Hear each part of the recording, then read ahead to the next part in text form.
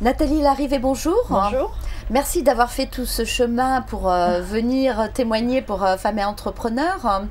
Alors vous avez fait des chambres d'hôtes, mais alors... Une maison d'hôtes. Une maison d'hôtes, oui, parce que, mais vraiment géante là pour le coup. Donc, alors ça c'est intéressant et c'est pour ça que je vous ai demandé de venir témoigner parce que c'est quelque chose qui plaît bien, voilà. Donc quand on a une propriété, on se dit bah tiens quelque part je vais amortir ma propriété, puis je vais faire des chambres d'hôtes ou des gîtes. Donc c'est un bon moyen d'avoir un retour sur investissement. Alors est-ce que c'est vraiment comme ça que ça se passe? Non, ça fonctionne pas comme ça. C'est plutôt j'ai envie d'accueillir des gens et de faire de l'hébergement. J'ai aussi envie d'échanger avec eux. Donc dans ces cas-là, la chambre d'hôte est un moyen d'échange. Mais c'est une véritable activité d'accueil, d'hébergement, c'est une véritable entreprise et ça ne peut que fonctionner comme une entreprise. On ne peut plus maintenant accueillir les gens en maison d'hôte en ayant des enfants qui courent ou un tas de linge à repasser dans un coin, ça n'existe plus. Comment s'appelle votre domaine? Alors ça s'appelle Domaine Arros et c'est dans le sud extrême du Gers, presque une enclave dans les Hautes-Pyrénées. Au bout de la propriété, nous avons la rivière Arros sur laquelle nous avons des barques et de l'autre côté, c'est les Hautes-Pyrénées. Donc c'est un site assez exceptionnel. Donc, oui, on a 6 hectares et demi, on a un grand parc de loisirs et une maison d'hôtes très particulière. Vous avez fait votre activité professionnelle dans une résidence je dirigeais avant une structure hôtelière dans la baie d'Ajaccio qui était hôtel, résidence et restaurant avec 18 salariés, 220 lits. Donc, que vous avez développé d'ailleurs. Que j'ai développé en 7 ans, que j'ai pris saisonnière et sans CDI et 7 ans après c'était toute l'année avec 6 CDI. Donc oui, j'ai développé, c'est ce qui est amusant somme toute, c'est de créer de l'emploi et quelque chose est un deal très intéressant même si ça peut être compliqué.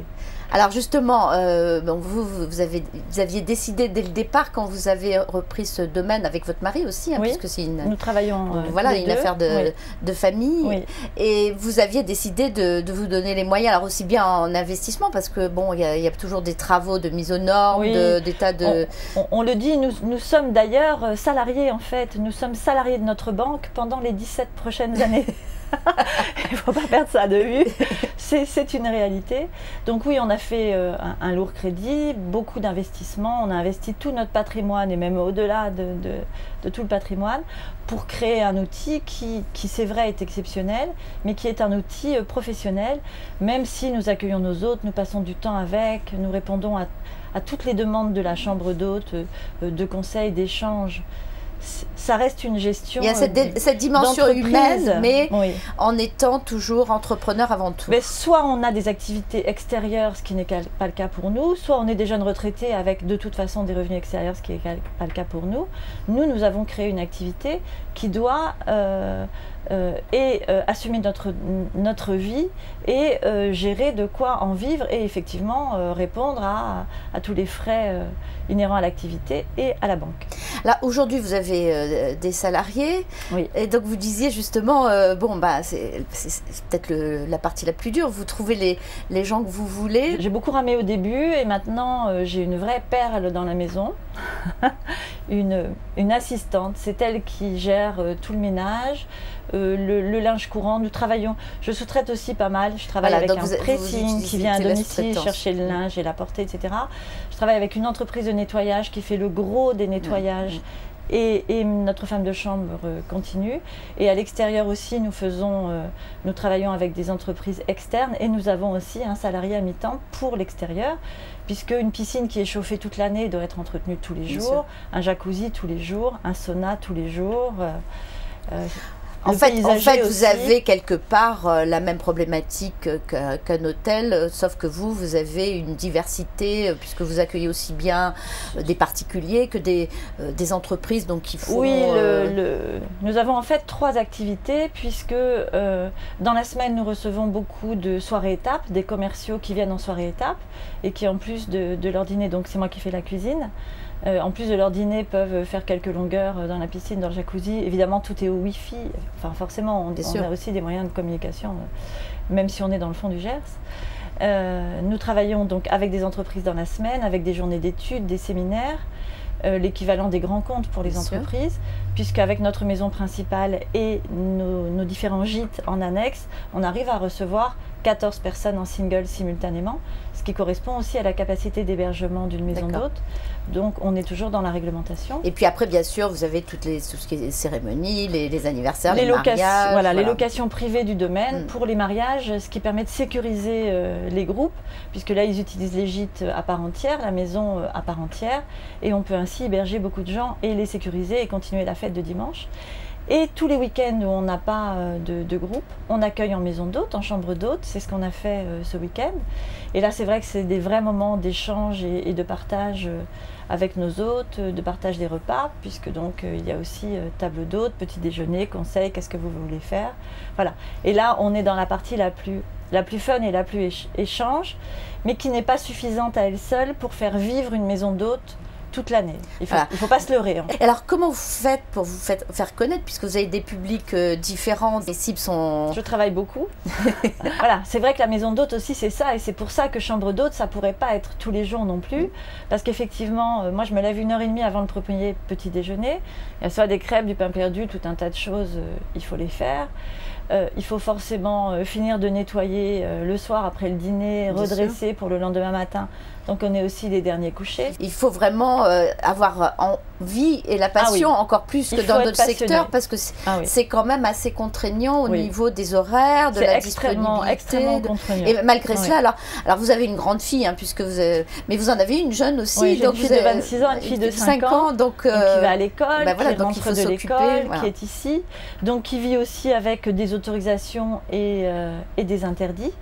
Et ça aussi, ça fait partie de la vie de maison d'hôte. Hein. Il y a des moments où elle peut être à certains endroits et des moments où elle sait que non, puisque priorité est donnée à nos hôtes. Mais c'est aussi une maison familiale qui vit, qui respire avec un enfant dans la maison. Vraiment, c'est important ce que vous avez dit, donc il faut être professionnel. Il faut être professionnel, et c'est surtout une façon aussi de ne pas mourir à la tâche, c'est-à-dire se dire, pendant 1 an et demi, on n'a fait que chambre d'hôte, et à un moment, on perdait le matin le plaisir de se lever pour faire le petit déjeuner aux hôtes, et il fallait donc rebondir là-dessus et dire comment on peut toujours faire plaisir, se faire plaisir, en vivre.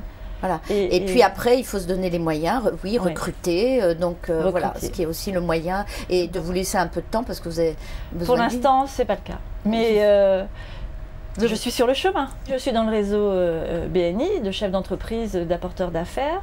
Je participe aussi à des choses diverses. On est aussi obligé d'être les commerciaux de notre activité. Comment faire pour le promouvoir? Internet, c'est bien. Après, tout ce qui est participer à des sites spécifiques, je fais aussi les salons des mariages, etc. Mais aussi les foires commerciales où je rencontre des gens qui pourraient être intéressés pour louer le domaine, pour leur équipe quelques jours. Il y a aussi forcément la casquette de comptable, de commerciaux, de cuisiniers, Alors bon, plus vous avancerez, plus il faudra déléguer, parce qu'à partir d'un certain moment... Il va falloir déléguer, voilà. Oui. Mais bon, les choses se font étape par étape. Étape par étape. Un dernier mot alors pour les femmes qui nous écoutent, qu'est-ce que vous avez envie de leur dire? Alors il faut y aller, il faut penser qu'une maison d'hôte, que des chambres d'hôtes, les remplir la semaine c'est compliqué. Or il est impératif de les remplir pour pouvoir les faire vivre et en vivre. Qu'on ne peut prendre un salarié, une assistance pour les petits déjeuners ou les repas que au-dessus de 10 personnes, voire d'atteindre les 14 personnes, sinon ça n'est pas rentable, on perd plus d'argent. Donc il faut vraiment bien peser avant nos motivations personnelles et les besoins financiers qu'on va avoir. C'est vraiment un équilibre comptable là, en dehors de la notion de plaisir et d'accueillir, qui elle de toute façon est réelle et nous fait aussi fonctionner. C'est toujours un bonheur de dire nous allons accueillir des gens ce week-end avec qui nous allons avoir des échanges riches, diversifiés et nombreux. Et ils reviennent. Et ils reviennent. Et ils nous offrent des cadeaux régulièrement. On a encore reçu un colis hier de gens, voilà, parce qu'ils étaient contents, et ça c'est merveilleux. Ça veut dire que vraiment ils ont... Satisfaire ses clients, c'est quand même l'élément essentiel. Ouais, c'est super. Merci beaucoup pour ce témoignage. Merci à vous, et merci puis, de m'avoir fait témoigner. Écoutez, j'espère que vous aurez plein de clients, donc et ce sera plein à 90% du temps. En 2014, ce sera le cas, j'espère. Bravo Nathalie, merci beaucoup. Bonne journée, au revoir.